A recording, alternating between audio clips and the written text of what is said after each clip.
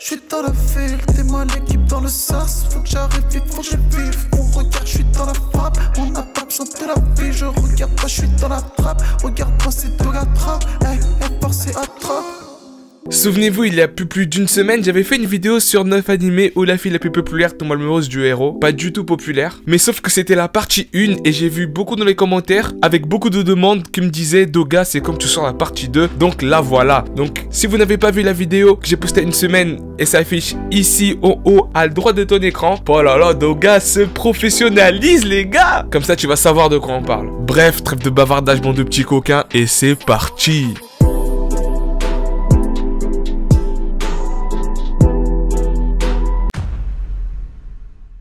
Dans un futur proche, lorsque les jeunes lycéens japonais atteignent l'âge de 16 ans, ils sont mariés de force à une partenaire que le gouvernement choisit. Yukari Nejima est un jeune lycéen âgé de 15 ans, il vit dans un petit coin du pays et ne peut tout simplement pas aller de l'avant dans sa vie. Au niveau des études et du sport, il est en dessous de la moyenne, mais au plus profond de lui, il cache quelque chose dans son cœur, son amour pour Misaki Takashi, une jolie lycéenne les gars, oui, parce que c'est la plus belle du campus. Et lui, qui est pas très populaire et pas du tout même, eh ben il est amoureuse de lui. Est-ce que vous voyez le délire? Ça s'annonce très cool. Mais du coup les gars, dans un monde où l'amour est interdit, qu'arrive-t-il aux personnes qui tombent amoureuses? Et c'est ça l'intrigue de l'histoire les mecs. C'est un animé qui a pour genre comédie, drame, romance, school life. Il possède 12 épisodes de 23 minutes, donc là vous allez pouvoir le regarder d'une trêve les gars. En plus de ça, l'animation elle est incroyable parce qu'elle est sortie en 2017 les gars, c'est assez récent. Et vous pouvez le retrouver sur Wakanim. Mais pour les plus tocs d'entre vous, je vous donne un petit site illégal qui s'appelle Adekami les gars. Attention, attention, je ne prendrai pas la responsabilité.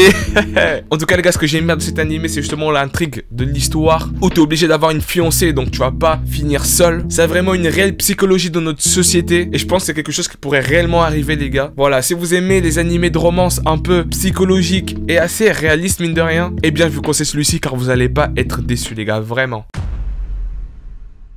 Vous voilà les coquins. Voici un animé qu'il faut avoir plus de 16 ans pour le regarder. L'élite de ma communauté, les majeurs, faites la morale aux plus jeunes dans les commentaires les gars. Et dites-leur pour regarder cet animé là, faut avoir plus de 16 ans. Petit coquinou. Bref, dans cet animé, il y a l'été de la saison des amours est arrivé. Mais trouver une petite amie pour notre Ashiba Junshi, un jeune lycéen, eh bien c'est plus dur qu'il n'espérait. Car on va pas se mentir, il a pas trop la côte et donc il sait pas comment s'y prendre. Mais pour l'aider, ses amis vont alors le forcer à se confesser à Yame Yukana, une guerre. En gros les gars, une guerre en France c'est un peu comme les bimbos les gars. Comme ça vous pouvez vous situer un peu. Toutefois, lorsque notre jeune camarade déclare sa flamme, les choses ne se passent pas vraiment comme prévu. Car aussi improbable que cela puisse paraître, Yukana accepte de sortir avec lui. Donc les gars, est-ce que vous voyez le délire? Le mec déclare sa flamme à une bimbo grave belle, ce que tu veux, dans leur lycée. Il pensait qu'il allait refuser mais finalement il dit oui. Oh là là, mais les gars, mais allez mater cet animé car ça s'annonce déjà grandiose. L'animé a pour genre comédie et romance. Et attention, faut faire partie d'élite pour le regarder. Je le redirai pas 15 fois les gars hein. Bref, c'est un petit animé qui a 10 épisodes de 23 minutes et vous pouvez le retrouver sur Crunchyroll. L'histoire nous entraîne dans un monde où certains enfants durant la puberté développent des pouvoirs spéciaux. Ces enfants sont nommés Espers. Otosaka, l'un d'eux, semble être en apparence un simple lycéen, cependant ce dernier a la capacité de pouvoir se glisser et de contrôler entièrement le corps d'une personne, mais seulement durant 5 secondes. Yu a utilisé cette compétence durant des années pour atteindre ses objectifs, ce qui lui a permis de pouvoir entrer dans un lycée prestigieux. Sauf qu'un jour, il est pris la main dans le sac par une fille appelée Nao Tomori. Et donc, ne pouvant plus reculer, lui et sa sœur Yomi sont contraints d'être transférés dans l'académie Yoshinoumi, un établissement pour les étudiants aux capacités surnaturelles. Donc voilà les gars, donc c'est un animé super intéressant que j'ai bien aimé. Il a 13 épisodes de 24 minutes et il a pour genre action, comédie, drame et il est disponible sur Wakanim, Netflix et Amazon Prime Video.